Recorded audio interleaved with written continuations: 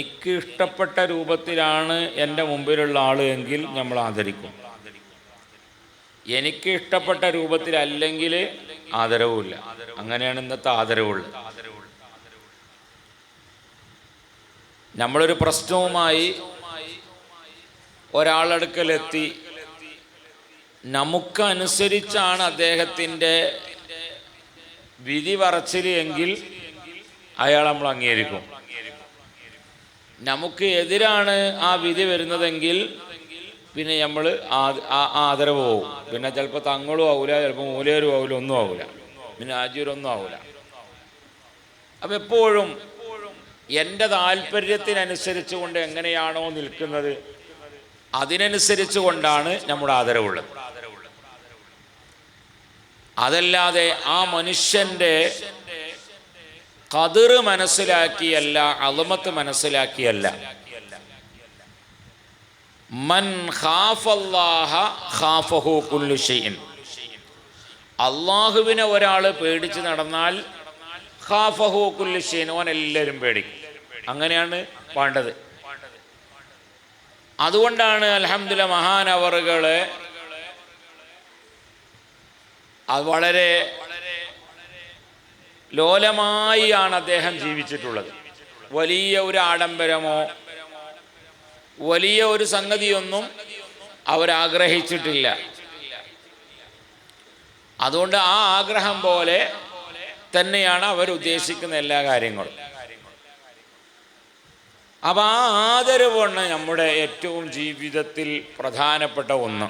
എവിടെയും ആദരവിന് വലിയ സ്ഥാനമുണ്ട്. ഒരു സ്ഥലത്ത് അദബും ഹുക്കുമും ഒരുമിച്ച് കൂടിയാൽ അദബിനെയാണ് മുന്തിക്കേണ്ടത്.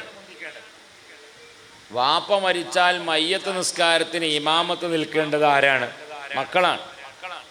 വാപ്പ മരിച്ചാൽ മയ്യത്ത് നിസ്കാരത്തിന് ഇമാമത്ത് നിൽക്കേണ്ടത് മക്കളാണ്. മക്കള് ബാക്കിൽ നിന്നിട്ട് അല്ലാഹുമ്മ ഗഫുർ ലഹു എന്ന് പറയുമ്പോൾ പടച്ചോനെ എൻ്റെ വാപ്പാക്ക് പുറത്തു കൊടുക്കുന്നതാണ് അതിൻ്റെ അർത്ഥം. അല്ലാഹുമ്മ ഗഫുർ ലഹു വറഹംഹു വഅഫു അൻഹു വആഫിഹി വഅക്രിം നുസുലഹു വവസ്സി മദ്ഖലഹു. ഇവിടെയൊക്കെ ഹൂൻ്റെ അർത്ഥം ബാപ്പ എന്നാണ്. ഹാ എന്ന് പറഞ്ഞാലോ ഗഫുർ ലഹ എന്ന് പറയും. ഉമ്മയാണെങ്കിൽ എങ്ങനെ പറയാ? അല്ലാഹുമ്മ ഗഫുർ ലഹ വറഹംഹ എന്ന് പറയാം. നമ്മൾ എൻ്റെ അമ്മക്ക് പുറത്തു കൊടുക്കുന്നതാണ്. അപ്പോൾ ആ ഹു ഹാ എന്ന് പറയുമ്പോൾ പെണ്ണായി, ഹു എന്ന് പറയുമ്പോൾ ആണായി. ഞാൻ പറയുമ്പോൾ ആണ് പെണ്ണ് മാത്രമേ ഉള്ളൂ. നമ്മളെ വാപ്പയും മക്കൾ പറയുകയാണെങ്കിലോ വാപ്പ അമ്മ എന്നായി. ഹൂനും ഹാക്കും അർത്ഥം മാറി. പെണ്ണ് പെണ്ണെന്നെ, ആണ് ആണെന്നെ, പക്ഷെ എന്നാലും വാപ്പ എന്നാണ്. അതുകൊണ്ടാണ് ഹുക്മ് വിധി ഉള്ളത്. വാപ്പ മരിച്ചു കഴിഞ്ഞാൽ ആ മയ്യത്ത് നിസ്കാരത്തിന് മകൻ ഇമാമത്ത് നിന്നിട്ട് അല്ലാഹുമ്മ ഗഫുർ ലഹു എന്ന് പറയുമ്പോൾ പടച്ചവനെ ഇതിൻ്റെ വാപ്പക്ക് പുറത്തു കൊടുക്ക്. അല്ലാഹുമ്മ ഗഫുർ ലഹ എന്ന് പറയുമ്പോൾ ഉമ്മക്ക് പുറത്തു കൊടുക്ക് എന്ന് പറഞ്ഞാൽ അതിൻ്റെ അർത്ഥം ഇതാണ് ഹുക്കുമെങ്കിൽ. എന്നാൽ മയ്യത്ത് നിസ്കാരത്തിന് ഇങ്ങനെ നിൽക്കുമ്പോൾ തന്നേക്കാൾ വിവരമുള്ള ഒരാൾ ബാക്കിലുണ്ട്, എന്നേക്കാൾ വിവരമുള്ള ഒരാൾ ബാക്കിലുണ്ട്. അപ്പൊ പിന്നെ നമ്മൾ മുമ്പിൽ നിൽക്കുക എന്ന് പറഞ്ഞാൽ എന്തല്ല, അദബും റെഡിയല്ല. അങ്ങനെയാണല്ലോ, അദബ് റെഡിയല്ല. അപ്പൊ നേരത്തെ പഠിപ്പിച്ചിട്ടുണ്ട് അദബിനെ കുറ്റി. നമ്മളെക്കാൾ വിവരമുള്ള ആളുകളുണ്ടെങ്കിൽ അവരെ നമ്മളെല്ലാ വിഷയത്തിലും മുന്തിക്കണം എന്ന അദബ് നേരത്തെ പഠിച്ചിട്ടുണ്ട്. ബാപ്പ പിന്നെ മരിച്ചത്. അദബൊക്കെ പഠിച്ചു കഴിഞ്ഞതിന് ശേഷമാണ് പിന്നെ ബാപ്പ മരിച്ചത്. അപ്പൊ ഇയാൾ എന്ത് ചെയ്യും? ഇവിടെ ഇപ്പൊ അദബും ഉണ്ട് ഹുക്കുമും ഉണ്ട്. അദബ് നോക്കുകയാണെങ്കിൽ മയ്യത്ത് നിസ്കാരത്തിന് എന്ത് ചെയ്യാൻ പാടില്ല? ഞാൻ ഇമാമത്ത് നിൽക്കാൻ പറ്റൂല. എന്നേക്കാൾ വിവരമുള്ള ഒരാൾ ബാക്കിലുണ്ട്. അദബ് നോക്കുമ്പോൾ. ഹുക്കുമ് നോക്കുമ്പോഴോ വിധി നോക്കുമ്പോഴോ ഞാൻ തന്നെയാണ് നിൽക്കേണ്ടതും. ഇങ്ങനെ ഒരു സ്ഥലത്ത് അദബും ഹുക്കുമും കൂടി രണ്ടും ഒരുമിച്ച് കൂടിയാൽ അവിടെ ആരെയാണ് മുന്തിക്കേണ്ടത്? അവിടെ ആരെയാണ് മുന്തിക്കേണ്ടത് എന്ന ചർച്ചയാണ്. ആ ചർച്ചയിൽ മഹാന്മാരാകുന്ന ആളുകൾ അവിടെ പ്രബലമായി പറഞ്ഞത് അദബിനെയാണ് മുന്തിക്കേണ്ടത്. കണ്ടാ? അപ്പൊ മയ്യത്ത് നിസ്കാരത്തിന് ആര് നിൽക്കാൻ പാടില്ല? മകന് നിൽക്കാൻ പാടില്ല. ആര് നിൽക്കണം? ഉസ്താദ് നിൽക്കണം. ഇല്ലെങ്കിൽ നമ്മൾ അപ്പോൾ ഓരോരുത്തർ നമ്മൾ ചിലപ്പോൾ ചിലർക്ക് ഒരു തങ്ങളെ കൊണ്ടുവരും, ചിലരൊരു മൂലിയരെ കൊണ്ടുവരും, ചിലയിടത്ത് അതിനൊക്കെ കച്ചറ, ചിലയിടത്ത് അതിനൊക്കെ കച്ചറ ഉണ്ടാക്കും. ഇവിടെ അങ്ങനെ നിസ്കരിക്കാൻ പറ്റൂല. ചിലയിടത്ത് നിക്കാഹിനൊരു തങ്ങളെ കൊണ്ടുവന്നാൽ ഇല്ലെങ്കിൽ ഒരു മൂലിയരെ കൊണ്ടുവന്നാൽ അവിടെ നിക്കാഹിൻ്റെ ബുക്കിൽ ഒപ്പിടുന്നിടത്തൊരു കച്ചറ കൊണ്ടുവരാൻ പറ്റും. പക്ഷേ നിക്കാഹിൻ്റെ ബുക്കിൽ അത് നമ്മളെ പള്ളിക്കത്തെ ഉസ്താദ് ഇട്ടോട്ടെ, അത് നിങ്ങളിടണ്ടാറ്. അപ്പം ഞാൻ പറയും, ഈ പള്ളിക്കത്തെ ഉസ്താദല്ലല്ലോ ഇപ്പം നിക്കാഹ് കഴിച്ചത്, ഈ പുസ്തകത്തിൽ സത്യം മാത്രമല്ലേ ഉണ്ടാക്കാൻ പാടുള്ളൂ. അപ്പം 2 സാക്ഷികളുണ്ട് ഇവിടെ, 2 സാക്ഷികളുണ്ടാവും. എന്തിനാണ് സാക്ഷി? ഇവിടെ നടന്ന പ്രവർത്തനത്തിനാണ് സാക്ഷി അല്ലേ? അവിടെ നടന്ന പ്രവർത്തനത്തിനാണ്. അപ്പം ഇവിടെ ബാപ്പ കുത്തിറക്കുന്നുണ്ട് പെണ്ണിൻ്റെ ഈ ഭാഗത്ത്, പിന്നെ പുയ്യാപ്പളയും കുത്തിറക്കുന്നുണ്ട്. ബാപ്പ പറഞ്ഞു, അങ്കഹത്തുക ബിന്തി ഫാത്തിമ, ഞാൻ എൻ്റെ മകൾ ഫാത്തിമയെ എന്നെ ഏൽപ്പിച്ചു തന്നു. അപ്പം ഇവിടെ കുത്തിറക്കുന്ന പുയ്യാപ്പള പറഞ്ഞ്, കബിൽത്തു മിങ്ക നിക്കാഹ, നിങ്ങൾ ഏൽപ്പിച്ചു തന്ന ഫാത്തിമാനെ ഞാൻ സ്വീകരിച്ചു. ഇതപ്പം ഈ പറഞ്ഞതിനർത്ഥം അങ്കഹത്തുക ബിന്തി ഫാത്തിമ എന്നും കബിൽത്തു മിങ്ക നിക്കാഹ എന്ന് പറഞ്ഞതിൻ്റെ അർത്ഥം അതാണ്. അപ്പം ഞാൻ നിങ്ങൾ ഏൽപ്പിച്ചു തന്ന നിങ്ങളുടെ മകൾ ഫാത്തിമയെ ഞാൻ സ്വീകരിച്ചു. ഇവിടെ ചൊല്ലിക്കൊടുത്ത ആളാരാണ്? പാര ചൊല്ലി തന്നെ ഈ ഉസ്താദാ? സാദി ഉസ്താദല്ലോ, ഞാനാണ് ചൊല്ലി തന്നെ. അപ്പോൾ ഇവിടെ ഒപ്പിടാൻ നമ്മളെ സഖാഫി ഒപ്പിടാൻ നോക്കുമ്പോൾ അവിടെ എന്തിനാ ഒപ്പിടേണ്ടത്? ഇവിടെയുള്ള മയമാക്ക ചൊല്ലി ഇവിടെയുള്ള കുഞ്ഞാപ്പ് സ്വീകരിച്ച് ഞാൻ ചൊല്ലി തന്നു, അതിനാ സാക്ഷി ഉള്ളത്. അപ്പൊ സാക്ഷി ഞാടാഞ്ഞ പിന്നെ എങ്ങനെ നിങ്ങളുടെ? അപ്പൊ ചില സ്ഥലങ്ങളിലൊക്കെ ഓരോ ഹുക്കുമാണത്. ചില കമ്മിറ്റിക്കാരുണ്ടാവും, കമ്മിറ്റിക്കാർക്ക് ചിലയിടത്തൊന്നും വിവരം ഉണ്ടാവൂല. ഒരു നല്ല മനുഷ്യന്മാരാണ്, പക്ഷെ ചിലപ്പോൾ വിവരം ഉണ്ടാവും. വിവരം ഇല്ലെങ്കിൽ പിന്നെ അവിടെ എന്ത് ചെയ്യണം? വിവരമുള്ള ആളുകൾ പറഞ്ഞു കേൾക്കണം.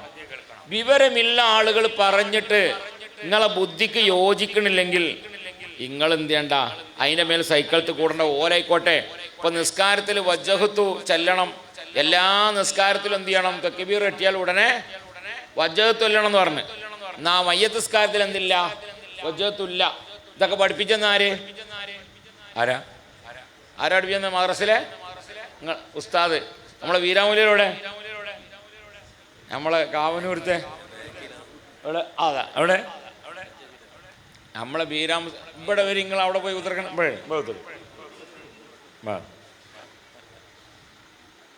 ആ വീരാമുസ്ലിയാർ നിങ്ങളെ നാട്ടിൽ 10-35 കൊല്ലത്തോളം നിന്ന് പോയ ആളല്ലേ. അപ്പം 35 കൊല്ലത്തെ ശിഷ്യന്മാർ ഇവിടെ ഉണ്ട്. മൂപ്പർക്ക് വേക്കലിരിക്കുക. ഞാനല്ല അവിടെ ഇരിക്കണ്ടേ, മൂപ്പര അവിടെ ഇരിക്കണ്ടേ. നമ്മൾ ബഹുമാനമാണ്ടേ. നിങ്ങൾ യാത്രയപ്പ് കൊടുത്തിക്കണേ, പറ്റ യാത്രയപ്പ് കിട്ടോ? ഇല്ല. അപ്പം അൽഹംദുലില്ലാഹ് വീരാമുസ്ലിം ഇവിടെ ഇരിക്കുക. സദസ്സോടിന്നോളി. ആ അപ്പം കണ്ടെങ്കിൽ ഇതാണ് ആദരവ്. അതങ്ങനെ കുത്തിരിക്കണ നോക്കണ്ട. 35 കൊല്ലത്തോളം ഈ നാട്ടിൽ സുബ്ഹാനല്ലാഹ് അലിഫ് പഠിപ്പിച്ചു കൊടുത്ത ഉസ്താദാണ്, ബാഗ് പഠിപ്പിച്ചു കൊടുത്ത ആളാണ്.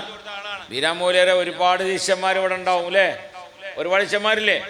ഒരുപാട് ശിഷ്യന്മാരുണ്ട്. നിങ്ങളെങ്ങനെ ബാക്കിലിരുത്തല്? ബാക്കിലിരുത്താൻ പാടില്ല. നമ്മൾ അവരൊക്കെ ബഹുമാനിക്കണം. അതിന് ഷോൾ ഉണ്ടോന്നോ ഇല്ലെങ്കിൽ കാറുണ്ടോന്നോ നീളം കുപ്പായ ഉണ്ടോന്നോ അതൊന്നും ഇതിന് ബാധകമല്ല. അദബിന് അതൊന്നും ബാധകമല്ല. അദബിന് എപ്പോഴും സ്ഥാനമുണ്ട്. ഞാൻ അങ്ങനത്തെ ആളുകളൊക്കെ ഭയങ്കര ഇഷ്ടമാണ്. കാരണം ഓരൊക്കെ മദ്രസിൽ പഠിപ്പിച്ചു കൊടുത്ത അലിഫ് കൊണ്ടാണ് നമ്മൾ 10-35 ഇവിടെ ഇപ്പം 50 വയസ്സായ ആളുകൾ, 35 വയസ്സായ 35 വയസ്സായ ആളുകളുണ്ടെങ്കിൽ സുബ്ഹാനല്ലാഹ്, ആ 35 വയസ്സായ ഒരാളുണ്ടെങ്കിൽ മൂപ്പർക്ക് ആ ഒരാൾക്ക് വീരാമുസ്ലിയാർ പഠിപ്പിച്ചിട്ടുണ്ടാവും. പഠിപ്പിച്ചാത്ത ഒരാളുണ്ടാവില്ല. അപ്പം അൽഹംദുലില്ലാഹ് ആദരവാണ് നമ്മളെ വയറ്. അപ്പം ആദരവ് നമ്മൾ എല്ലായിടത്തും കീപ്പ് ചെയ്യണം. അപ്പം അതുകൊണ്ട് സാക്ഷികൾ നിൽക്കുമ്പോൾ ഒരിക്കലും തെറ്റായ വിഷയത്തിന് സാക്ഷിയാവാൻ പാടില്ല, കളവിന് സാക്ഷി നിൽക്കാൻ പാടില്ല. അപ്പം ഇന്നാൾ ഞാനൊരു നിക്കാനി എന്ന് പറഞ്ഞു, ഉസ്താദെ നിങ്ങളിടണ്ട, നമ്മളെ പള്ളിൻ്റെ കമ്മിറ്റിൻ്റെ നിയമം അനുസരിച്ചുകൊണ്ട് പള്ളിയിലെ കത്തി വിട്ടാൽ മതി എന്നാണ്. ഞാൻ പറഞ്ഞ എങ്ങനെ? ഞാനല്ല നിക്കാഹ് ചെയ്ത്, ഞാൻ നിക്കാഹ് ചെയ്തിട്ട് പിന്നെ വേറെ ആളിടല്. അതുകൊണ്ട് ഞാൻ എന്നെ ഇടുന്നതാണ്. നിങ്ങൾ അള്ളാൻ്റെ കോടതി ഇത് ഫുള്ള് കളവിൻ്റെ ബുക്കായി മാറും. വലിയൊരു തോറാ മിസ്കാത്ത് ഉണ്ടല്ലോ, കട്ടിയുള്ള അല്ലേ? ആ കട്ടിയുള്ള വലിയൊരു കിതാബ് കൊണ്ടുവരും. ഇത് ഫുള്ള് കളവിന് സാക്ഷിയായി വെക്കാൻ പാടില്ലല്ലോ. അപ്പോൾക്ക് തിരിഞ്ഞ് ഉടനെ തന്നെ കമ്മിറ്റി കൂടി ഓര് പറഞ്ഞ് ആ സംഗതി ഇവിടെ പറ്റൂല. എന്താ പാണ് ഒപ്പിട്ടാൽ അപ്പം അതുകൊണ്ട് നമ്മൾ ഒരിക്കലും അതാകാൻ പാടില്ല. അപ്പോൾ എല്ലാ സ്ഥലങ്ങളിലും നമ്മൾ ആദരവ് വളരെ പ്രധാനമാണ്, എല്ലാ സ്ഥലങ്ങളും. അപ്പം അതുകൊണ്ട് മയ്യത്ത് നിസ്കാരത്തിൽ നിൽക്കുമ്പോൾ ഹുക്കുമും അദബും കൂടിയും ഒരു സ്ഥലത്ത് ഒരുമിച്ച് കൂടിയാൽ ആരെയാണ് മുന്തിക്കേണ്ടത്? അദബിനെയാണ് മുന്തിക്കേണ്ടത്. എവിടെയും അദബിനെയാണ് മുന്തിക്കേണ്ടത്. ഇന്ന് എവിടെ അദബുള്ളത്? അദബ് നഷ്ടപ്പെട്ട് കഴിഞ്ഞാൽ എല്ലാ സംഗതിയും നഷ്ടപ്പെട്ടു പോയി. ഒരു ഉസ്താദും ഒരു ശിഷ്യനും തമ്മിൽ വലിയൊരു ബന്ധമുണ്ട്. ആ ബന്ധം ആദരവാണ്.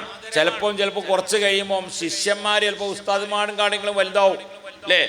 ആളുകളെ മുമ്പിൽ അറിയപ്പെട്ട ആളാവും, ആളുകളുടെ ഇടയിൽ കാറുള്ള ആളാവും, ആളുകളുടെ ഇടയിൽ വലിയ പേരും ബസ്സൊക്കെ ഉണ്ടാവും. പക്ഷേ ആ വലിയ ഉസ്താദിനെ പഠിപ്പിച്ചു കൊടുത്ത, വണ്ണമില്ലാത്ത, കാറില്ലാത്ത, ഷോളില്ലാത്ത ഒരു പാവപ്പെട്ട ഒരു ഉസ്താദ് ഉണ്ടാവും. ആ ഉസ്താദിനോട് എപ്പോഴും നമ്മൾ കടപ്പാടുണ്ട്. ആ ഉസ്താദിൻ്റെ അടുക്കൽ ഇടക്കിടക്ക് പോകണം. അപ്പോൾ ബീരാം മുസ്ലിയാർ ഇവിടെ നിങ്ങളൊക്കെ പറഞ്ഞു സന്തോഷത്തോടു കൂടെ യാത്രയപ്പൊക്കെ നടത്തി. എന്നാലും ഇടയ്ക്കിടയ്ക്ക് ബീരാം മുസ്ലിയാരെ നിങ്ങൾ ശിഷ്യന്മാരൊക്കെ പോയിട്ട് ഇങ്ങനെ കാണുക. അതേപോലെ മറ്റു ഉസ്താദന്മാരൊക്കെ ഉണ്ടാവും, ആ ഉസ്താദന്മാരൊക്കെ കാണുക. നമ്മളൊക്കെ ചിലവരൊക്കെ ഈ മുതലാളിമാരാകുമ്പോൾ, വലിയ പൈസക്കാരാകുമ്പോൾ ഓല് പഴയ കാലത്ത് ഉപയോഗിച്ച അംബാസഡർ കാറുണ്ടാവും, അത് തിരഞ്ഞെടുക്കുമല്ലോ. ഈ അംബാസഡർ കാർ തിരഞ്ഞെടുക്കും. എന്നിട്ട് ആ അംബാസഡർ കാറിന് സംഗതി 25,000 റുപ്യ മാർക്കറ്റ് വില ഉണ്ടാവുള്ളൂ. അതിന് 8 ലക്ഷം റുപ്യ കൊടുത്തിട്ട് എന്ത് ചെയ്യും? ആ കാറ് വാങ്ങും. കാരണം എന്താ? ഞാൻ ആദ്യ കാലത്ത് വാങ്ങിയ കാറാണ്. ആ കാറിനോട് വലിയ ബഹുമാനമുണ്ട്. എന്നിട്ട് ഇങ്ങനെ കാണാം മുതലാളിമാരൊക്കെ പെരയിൽ ഒരു 5 or 8 ബെൻസ് ഉണ്ടാവും, ജാഗോർ ഉണ്ടാവും, അതുപോലെ തന്നെ ഓടി ഉണ്ടാവും, എല്ലാം ഉണ്ടാവും. ആ കൂട്ടത്തിൽ കാണാം ഒരു പാട്ട അംബാസഡർ ഉണ്ടാവും. പക്ഷേ ആ അംബാസഡറിനെ ഉഷാറായിട്ട് കൊണ്ടുവരും. കാരണം എന്താ? അത് ആദരവാണ്. ഉണ്ടോ? അപ്പം ആദരവ് നമ്മൾ എപ്പോഴും വേണം. നമ്മളൊക്കെ അൽഹംദുലില്ലാഹ് നമ്മൾ ഈ കുട്ടികളൊക്കെ